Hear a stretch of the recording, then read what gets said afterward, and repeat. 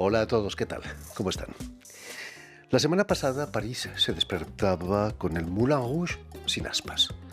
Después del incendio de Notre-Dame, otro de los mitos parisinos se veía dañado, aunque afortunadamente de menos gravedad. Mitos que han traspasado fronteras porque todos hemos soñado con París, que es precisamente el título de la novela de nuestro invitado de hoy, el escritor y periodista venezolano Joan Ramírez, que presenta este martes en la Casa de América Latina en Estrasburgo. Sous le ciel de Paris s'envole une chanson. Elle est née d'aujourd'hui dans le cœur d'un garçon. Sous le ciel de Paris marchent des amoureux. Leur bonheur se construit sur un air fait pour eux. Sous le pont de Bercy, un philosophe assis, de musiciens, quelques badauds, puis des gens par milliers. Sous le ciel de Paris jusqu'au soir vont chanter. Muy buenas tardes, Joan. Bienvenido a Radio Francia Internacional. Muchas gracias, Jordi, por la invitación. A pesar del incendio de Notre-Dame, de la caída de las astas del Moulin Rouge, París será siempre París, ¿no? París será siempre París. Creo que hay un encanto atemporal. Ahora que estoy unos días acá en la ciudad, después de meses que no venía, pasaba por la Torre Eiffel, ese símbolo, ¿no?, de la ciudad, y decía, qué cosa tan interesante cómo esto que fue construido hace tanto, más de un siglo, no es un monumento anticuado. Es una arquitectura que sigue siendo moderna, que sigue siendo vanguardista, que tiene un encanto que no dices, esto es de 1800, no. Esto es una cosa hermosa y que sigue siendo impresionante, aunque ya lo hayas visto muchas veces. A pesar de los atentados, a pesar de todo, no sigue siendo París. Así es. Permíteme que recuerde a nuestros oyentes que has nacido en Caracas, en Venezuela, en 1982, un 23 de abril, Día del Libro, fecha, dicen, de la muerte de Cervantes, de Shakespeare y también de Garcilaso de la Vega, ¿no? Nacer ese día marca toda una vida, ¿no? Es una maravillosa coincidencia. Pues cuando era niño no tenía, por supuesto, alguna aspiración o algún interés por la literatura, pero en la medida en que fui creciendo y esto comenzó a interesarme más y más, cuando descubrí eso, me pareció pues maravilloso, ¿no? Y claro, puede sonar muy arrogante, pero uno dice, ¿será esto una señal? Imagino que te regalaban libros el día de tu cumpleaños, ¿o Sí, no? por supuesto, y todavía me siguen regalando libros. No me extraña. Va a ser en Caracas donde estudias periodismo y comunicación. La situación todavía no era tan crítica como hoy en día con la primera presidencia de Chávez, ¿no? ¿Cómo fueron tus estudios de periodismo allí? Sí, ya Chávez estaba en el poder. Yo vengo de una familia bastante pobre en Caracas, con lo cual mi infancia y mi imaginario está marcado, bueno, por la precariedad, ¿no?, por la necesidad. La comparación de mis padres era que siempre el país estaba en crisis, de modo que cuando llega Chávez y entonces la gente comienza a decir que hay crisis, pues bueno, no era muy distinto, ¿no? Pero ya cuando entré a hacer periodismo, que uno entonces empieza a ver el país desde un punto de vista profesional, pues bueno, allí las cosas comienzan a ser un poco más complejas, ¿no? Claro, al principio, bueno, yo estudiaba todavía, año 2000, 2001 comencé, me gradué en el 2005 más o menos. Bueno, había todavía espacios para la prensa, pero ya más adelante, cuando quise hacer periodismo político, al principio, fíjate, empecé haciendo periodismo deportivo, luego hice periodismo de viajes, y ya en algún momento dije, bueno, me quisiera hacer periodismo político, ¿no? Porque viendo la coyuntura en la que atravesaba el país, pero no había espacios para hacer periodismo libre de alguna forma, ¿no? Entonces, pues bueno, eso fue lo que de alguna manera terminó impulsándome a mirar afuera y terminar aterrizando en París en el año 2013. En el 2006 empiezas con el periodismo y vas a ser premiado por un artículo sobre la retórica de Chávez, ¿no? Exactamente. Lo Sí. leyó Chávez, seguramente. No lo sé si te habrá leído. Era una investigación, porque los estudios discursivos siempre me interesaron mucho en la universidad. De hecho, mi tesis, imagínate, fue un análisis discursivo del Sermón de la Montaña de Jesús, tratando de entender estrategias discursivas, argumentativas, para persuadir, para convencer, para conmover a su audiencia, ¿no? Hablando, bueno, de un personaje del tamaño, de la controversia de Jesús, ¿no? Eso era bastante complicado. Y ya luego, fíjate que comenzaba a interesarme por la política y allí hice esa investigación sobre la retórica de Chávez. Justo era lo mismo, ¿no? Analizando estrategias discursivas, técnicas de persuasión. Se parecía a Cristo casi, ¿no, Chávez? Para algunos se sigue pareciendo. Pero como nos decías, tu primer programa lo dedicas a una de tus pasiones, tu pasión por el fútbol, 2 horas diarias, ¿no? Todos los días. Sí, sí. ¿El fútbol es tan popular como en España o en Europa y en Venezuela? En aquel momento no lo era tanto, siempre ha sido el béisbol, el gran deporte nacional, ¿no? Que en los últimos años ha ido cambiando porque el fútbol ha tomado mayor relevancia en el país. Pero, y aquel momento creo que iba por allí, ¿no? En ese sentido. Y claro, hacer ese programa pues era interesantísimo, ¿no? Tenía 2 colegas y pasábamos 2 horas todos los días hablando de fútbol. Al principio fue muy emocionante, pero fíjate, lo curioso es que hacer periodismo deportivo en un momento terminó volviéndoseme un poco monótono, ¿ah? Todo era deporte, me levantaba, estaba pensando en deporte, me iba a la radio, a la universidad, luego salía, los amigos me llamaban y me llamaban era para hablar de deporte, mi hermano lo mismo, mi papá. Entonces, en un momento sentí que todo era deporte y eso terminó agotándome y fue cuando miré otras posibilidades y pasé a hacer periodismo de viajes. He leído que vas a pasar una temporada trabajando para una agencia de publicidad, eh, periodo que tú llamas tus meses de prisión. No estabas hecho para horarios así como rígidos, ¿no? Fijos. Sí, y no estaba hecho tampoco para trabajar en comunicación, o por lo menos no en aquel momento. Y eso fue una confirmación de que el periodismo era el camino que quería seguir, porque justamente cuando dejé el periodismo deportivo, evalué otras posibilidades, ¿no? Entre ellas, hacer comunicación. Y muy rápido me di cuenta, muy rápidamente me di cuenta que no era lo mío, y por eso lo decía así de alguna forma, ¿no? Que eran meses en prisión, porque no, ahí no había espacio para la... Por supuesto, la comunicación también es un espacio creativo, pero no para la creatividad que yo necesitaba ejercer y que necesito ejercer. Entonces, y luego, bueno, hay una gran vocación también por el periodismo que para mí es irrenunciable, ¿no? Esa dimensión social que tiene el periodismo y que he podido explorar también en los últimos años es extraordinario, ¿no? Al mismo tiempo es frustrante, tú lo sabrás también, ¿no? Como el periodismo puede ser al mismo tiempo amargo, que uno hace un esfuerzo y denuncias y a veces las cosas no cambian o no se mueven como uno piensa que deberían moverse. Pero bueno, esa es la función del periodismo, ¿no? Llega hasta un límite y de allí en adelante pues toca a los hombres y mujeres de la política actuar. Sobre todo echabas de menos los viajes, ¿no? Empiezas a trabajar como periodista independiente para varios medios en América Latina y sobre todo para la National Geographic Travel, que hablando de mitos es uno de los mitos del periodismo, ¿no? Sí. ¿Cómo llegas a National Geographic? Con mucha persistencia, y creo que ahí no hay secretos. Pues fíjate, es lo que tú dices, es una gran referencia. Cuando estaba en la universidad, los profesores nos daban textos de National Geographic, nos recomendaban leer, ¿no? Crónicas, reportajes, de modo que uno se iba formando con la idea de ese gran medio. Y en algún momento dije, bueno, ¿por qué no intentarlo? Y los contacté de la forma más sencilla, conseguí una dirección de correo electrónico en la revista, les escribí, no me respondieron, pasaron algunas semanas, les volví a escribir, no me respondieron, pasaron unos meses y dije, bueno, pues, ¿será que no han leído? ¿Será que les volví a escribir? No me respondieron. Y así pasaron meses y meses y meses. Y yo pensando, bueno, ¿será que no les interesa? Bueno, les vuelvo a escribir. Ya en algún momento lo hacía hasta por divertirme. Y Jordi, pasaron casi 2 años, volvió a mandar un correo y por fin me respondieron. Y entonces La, allí la comenzó. tenacidad es el secreto. Y creo que es el secreto no solamente para el periodismo, creo que en general en la vida, creo que, y a veces uno lo ve, ¿no? Que a veces no son los más talentosos los que llegan, pero sino los que más persisten. Imagínate. Y en el 2013 te mudas a París, donde vas a realizar un máster de comunicación política en la Sorbona. Era un sueño que se realizaba venir a París, instalarte aquí en Absolutamente, la ciudad. absolutamente, sí. Cuando estaba todavía en Venezuela, en algún momento, mucho tiempo antes, ¿no? No hablaba francés todavía, pensaba en la Sorbona y decía, wow, qué grande sería, ¿no? Pero era una cosa inalcanzable, ¿no? Y luego el día que entré a la Sorbona, recuerdo el primer día de clases, paseándome por esos pasillos que es eso, es un mito, es una institución llena de historia.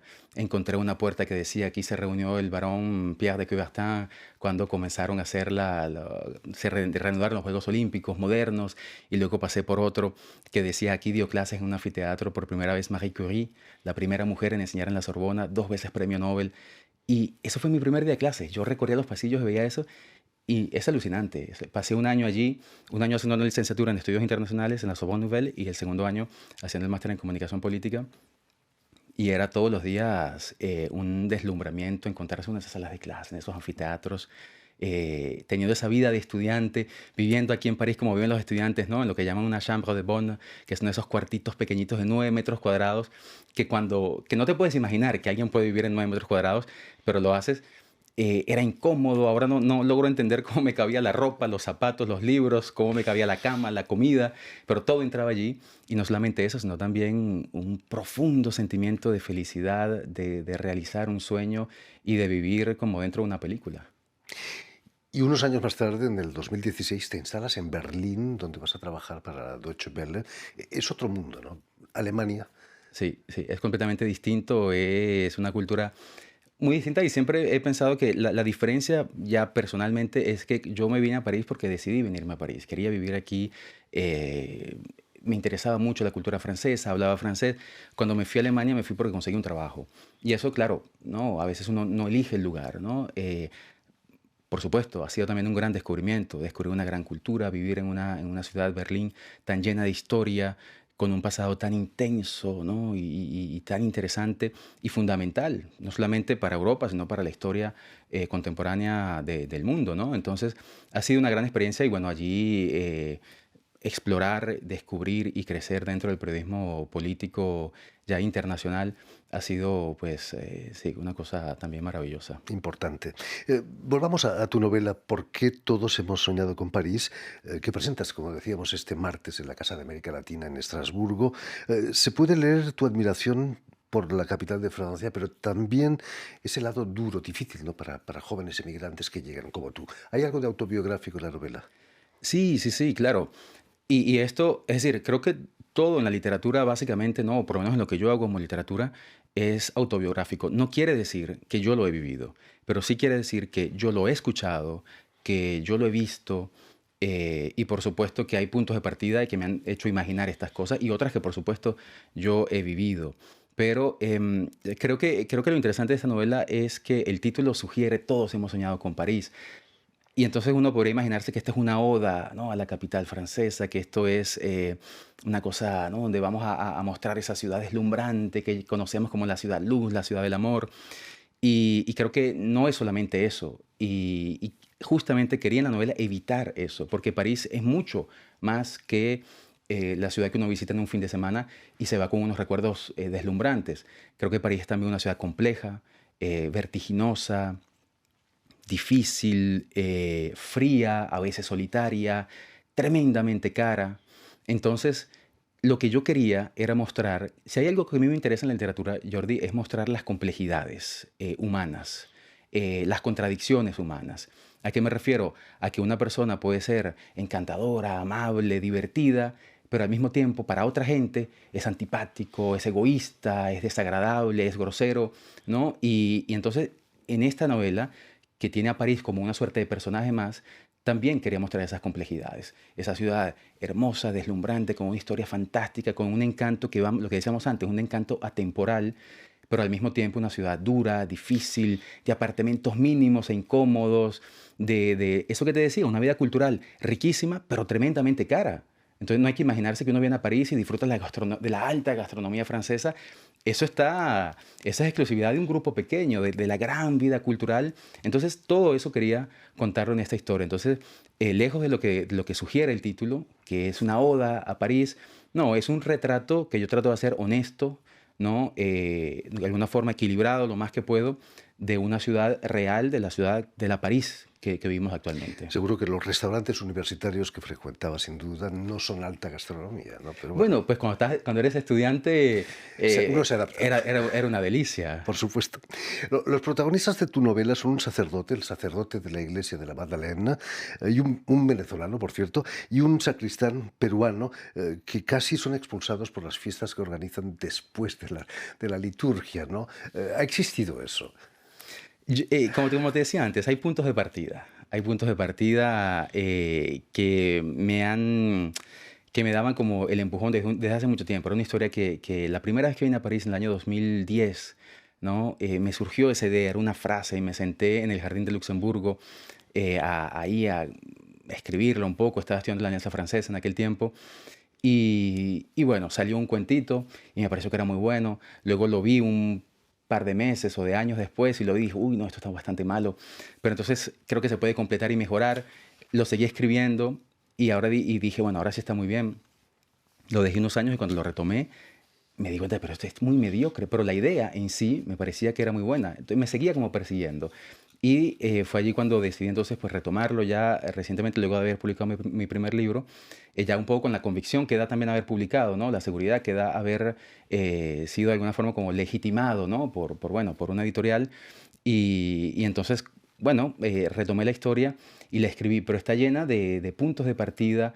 Creo que sí hay fiestas, ¿no? Que se hacen allí en la Madeleine. Creo que hay algunos personajes por allí, otros que uno se imagina, otros que uno inventa, pero creo que en el fondo esa es la gran riqueza de la literatura, ¿no? Tener allí como usted dice en francés, un clin d'œil, ¿no? Como un guiño que te hace alguna cosa real, alguna persona, alguna frase, y eso abre la puerta a todo un mundo de imaginación y En todo creatividad. caso, son perfectamente verosímiles esos personajes. Pueden ocurrir esas cosas aquí en París. En tu novela nos llevas a Quito, donde uno de los protagonistas, una joven venezolana, acaba en un prostíbulo que se llama Sous le ciel de Paris, y la jefa, una madame, está enamorada de París, ¿no?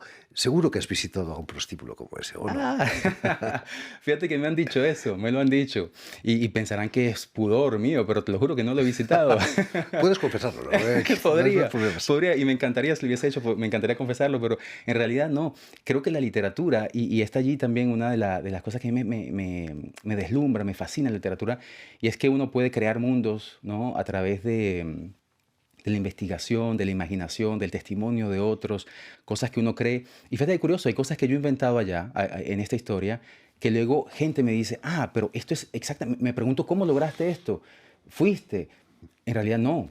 Y no hablo solamente del prostíbulo, ¿no? Hablo de la iglesia también, por ejemplo, ¿no? De algunos secretos por allí, algunas cosas, y que la gente me dice, sí, pero eso está allí. ¿En serio? Pues fíjate, ¿no? Pero bueno, en fin, creo que eso de Quito, ese prostíbulo,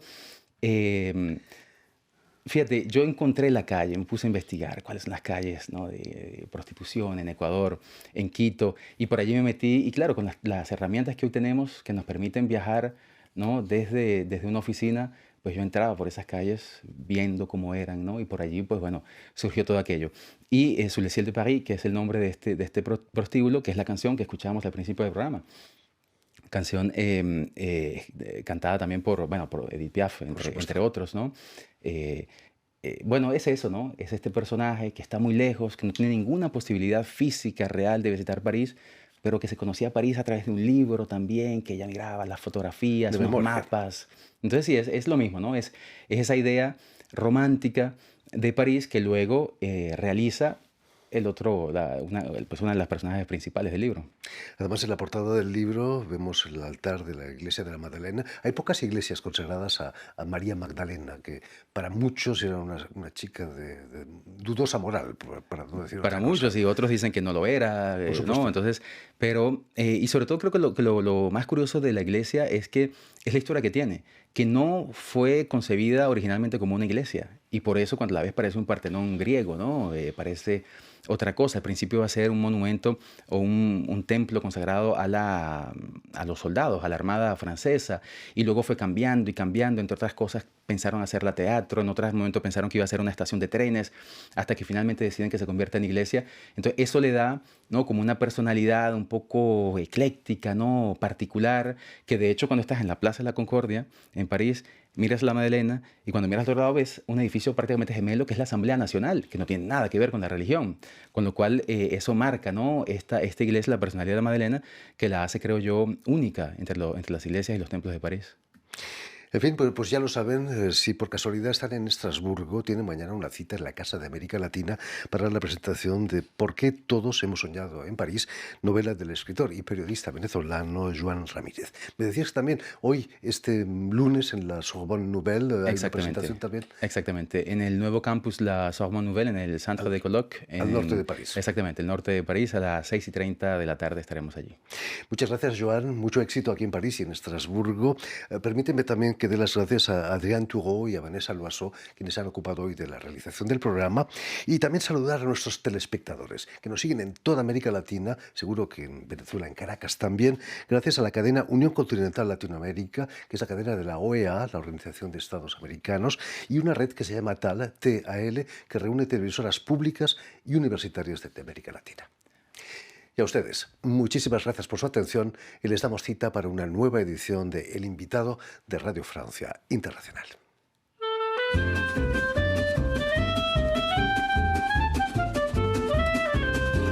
Par précaution, on a beau mettre des croisillons à nos fenêtres, passer au bleu nos devantures et jusqu'aux pneus de nos voitures, désentoiler tous nos musées, chambouler les Champs-Élysées, emmailloter de terre battue toutes les beautés de nos statues.